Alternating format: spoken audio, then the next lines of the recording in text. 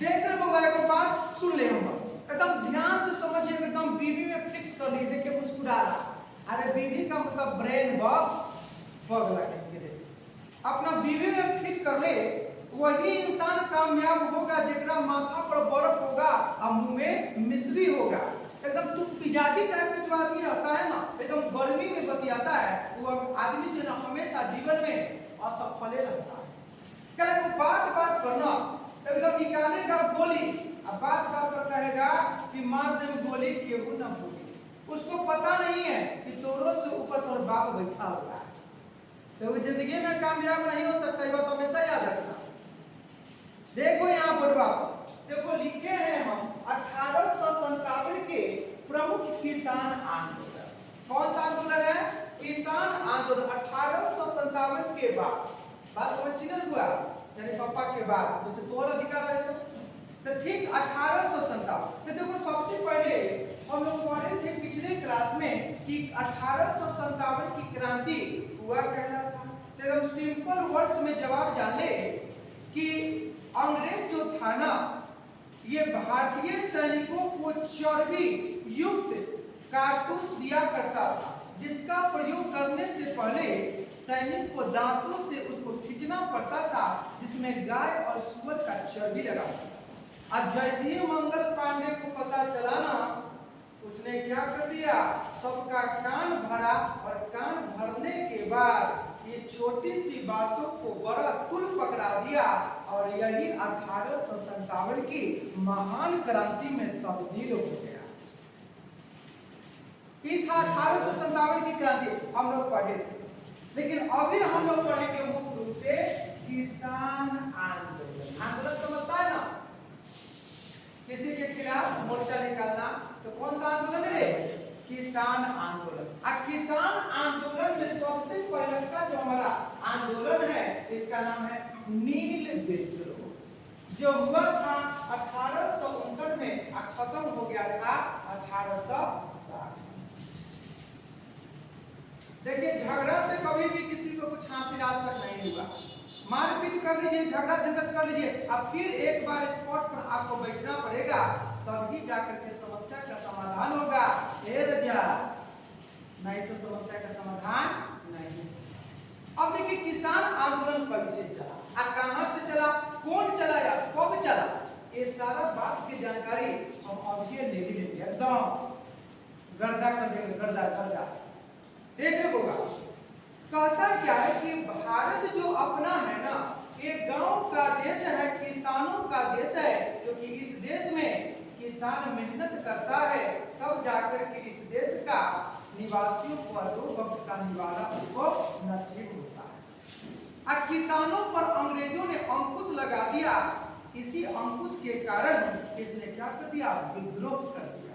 अब कहता है कि भारत का जो किसान था ना, वह अपने अधिकारों की रक्षा को लेकर अपनी आर्थिक स्थिति को सुदृढ़ करने के लिए एवं गुलामों जैसा व्यवहार जो अंग्रेज कर रहे थे, इससे अपने आप को मुक्त करवाने को लेकर के एक आंदोलन चलाया। उस आंदोलन का नाम था नील विद्रोह। लौकता कि न हो, कौन सा विद्रोह? नील विद्रोह। अब देखिए सितंबर का महीना था, साल चल रहा था 1859। 1859 में क्या हो गया कि दो व्यक्ति हैं, एक का नाम है दिगंबर, नाम बताइए होगा दिगंबर, और दूसरे का नाम है विष्णु विश्वास। नाम लिखे लो।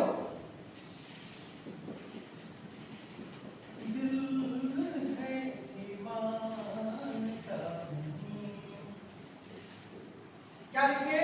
विष्णु विश्वास और दिगंबरी दोनों मिल करके नील विद्रोह की शुरुआत किया सितंबर 1859 में, और जगह हमारा था बंगाल, और बंगाल में एक जिला है नदियां, और नदियां जिला में एक गांव है जिसका नाम है गोविंदपुर। यहीं से नील विद्रोह की क्या हो गई, शुरुआत हो गई, और अंग्रेजों को हम छक्का छुड़ा दिए। यानी भारत के किसानों ने अंग्रेजों का बोलती बंद कर दिया। इसके पीछे कारण था अपना देश के किसानों का जबरदस्त यूनिटी का मतलब होता है एकता।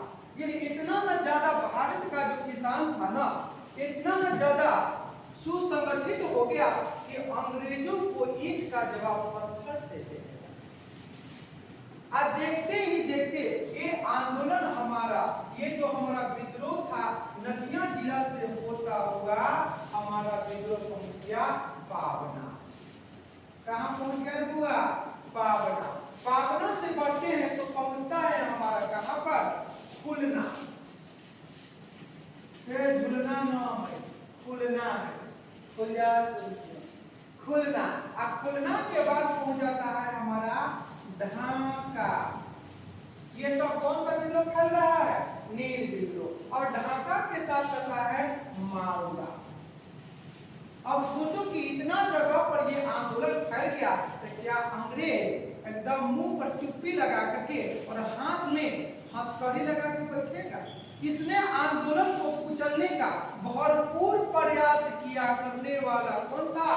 ब्रिटिश शासक, यानी ब्रिटेन से आए हुए जो फौज था, जो यहाँ पर गाइड करने वाले गवर्नर थे, इन सारे लोगों ने नील विद्रोह को रोकने का बहुत भरपूर प्रयास किया, लेकिन उनकी प्रयास असफल हो गई क्योंकि किसान यहाँ का एकजुट हो चुका था। अब अंग्रेजों का डिवाइड एंड रूल पॉलिसी नहीं चलेगा। देखो, एक को तोड़ना आसान है, लेकिन यही एक और एक मिल जाता है 11 बन जाता है। 11 को तोड़ना बहुत मुश्किल हो जाता है। बात तो समझ में आ रहा है कि नहीं? बहुत मुश्किल हो जाएगा 11 को तोड़ना। अब यही हो गया था हमारे देश के किसानों के साथ में। पहले था एक से बन गया 11। कौन सा विद्रोह है? नील विद्रोह। अब देखो, थोड़ा सा आगे की ओर बढ़ते हैं तो ऐसा कहा गया कि रैयत। अब पूछेंगे आप लोग क्या है कि रैयत की स्वतंत्रता। देखो, एक प्रथा चली थी अपने हिंदुस्तान में, उसका नाम था रैयतवाड़ी प्रथा। और इसकी शुरुआत जो हुआ था ना 1820 में मद्रास में। और चलाने वाले जो व्यक्ति थे उनका नाम था, वो गवर्नर है मद्रास के, उनका नाम है टॉमस मुनरो। इन्हीं के द्वारा रैयतवाड़ी प्रथा की शुरुआत मद्रास में पहली बार 1820 में किया गया, जिसमें कहा गया कि जिन किसानों को जमीन दिया जाएगा वही किसान जमीन का मालिक बन जाएगा, और वह किसान डायरेक्ट रूप से बीच के बिचौलिया को नहीं, दलाल को नहीं, बल्कि डायरेक्ट रूप से कंपनी को वह टैक्स देगा। कौन देगा? रैयत देगा। और इसकी प्रथा की शुरुआत 1820 में टॉमस मुनरो के द्वारा मद्रास में किया गया। परीक्षा में पूछता है कि रैयतवाड़ी प्रथा की शुरुआत किसने किया? Thomas Munro. कहाँ? मद्रास। कब हुआ? 1820। इसमें क्या किया गया? किसानों को मालिकाना हक दिया गया जमीन का, और यही किसान डायरेक्ट रूप से अब कंपनी को, यानी अंग्रेजों को डायरेक्ट रूप से क्या देगा? टैक्स देगा। टैक्स समझता है ना? कर देगा। अब देखो, अब कहता है कि जो अंग्रेज था ना 1860 में क्या कर दिया? रैयत की स्वतंत्रता। रैयत मतलब समझते हैं ना, जो जमीन के मालिक थे, इनकी स्वतंत्रता को लेकर के सरकार ने क्या कर दिया? इनकी स्वतंत्रता को लेकर के सरकार ने नील आयोग का गठन किया। नील आयोग का क्या कर दिया गया? गठन किया। और सरकार ने देखा कि वास्तव में जो नील की खेती किसान कर रहे हैं, क्या वाकई में इनको दुख तकलीफ का सामना करना पड़ रहा है कि नहीं पड़ रहा है? इन सारी चीजों को ध्यान में अंग्रेजों ने रखा और नील आयोग का गठन 1860 में कर दिया। कौन सा आयोग का? नील आयोग का गठन कर दिया। और इसके तहत सरकार ने जो अपनी पहली वाली नीति थी, इस नीति को उसको क्या करना पड़ा, हमेशा के लिए छोड़ना पड़ा। और इस तरह से एक बार किसानों की जीत हो गई और अंग्रेजों की हार। किसान जीत गया कहां, कौन सा विद्रोह में, नील विद्रोह में। क्यों? क्योंकि यहाँ का जो था ना किसान संगठित था, इस कारण से अंग्रेजों को एक बार फिर से झुकना पड़ा। अब कहता है कि 1859 के नील विद्रोह,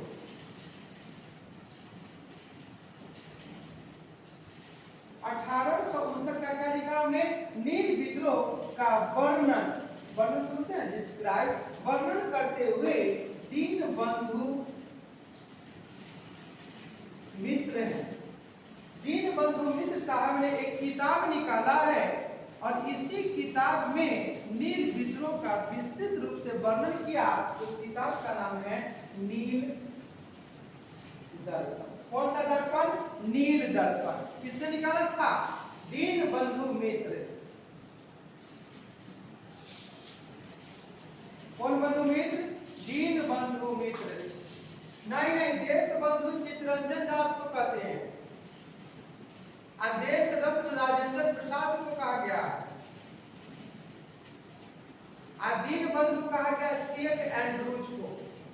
अरे परीक्षा में पूछा है, पगला का पूछा कब ना, ये कौन सा विद्रोह था हुआ, नील विद्रोह। कब के बाद, 1857 के प्रमुख किसान आंदोलन। 1857 में किसानों ने अपने हक के लिए अंग्रेजों से जो लड़ाई लड़ा, उसी का नाम दिया गया। ऐसे करके जितना भी विद्रोह हुआ था, जैसे मोपला विद्रोह हो गया, नील विद्रोह हो गया, ऐसे करके सारे विद्रोह की जानकारी हम लोग लेते रहेंगे। बस आप लोग हमें सपोर्ट करते रहे।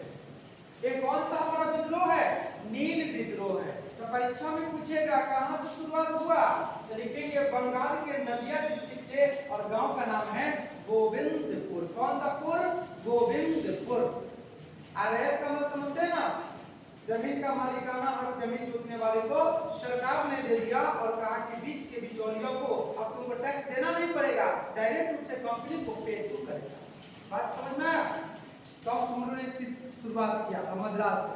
बस आज के लिए बस इतना ही रहने दिया जाए। किसी को दिक्कत पूछ सकते हैं। चलिए ठीक है, तो फिर ओके बाय।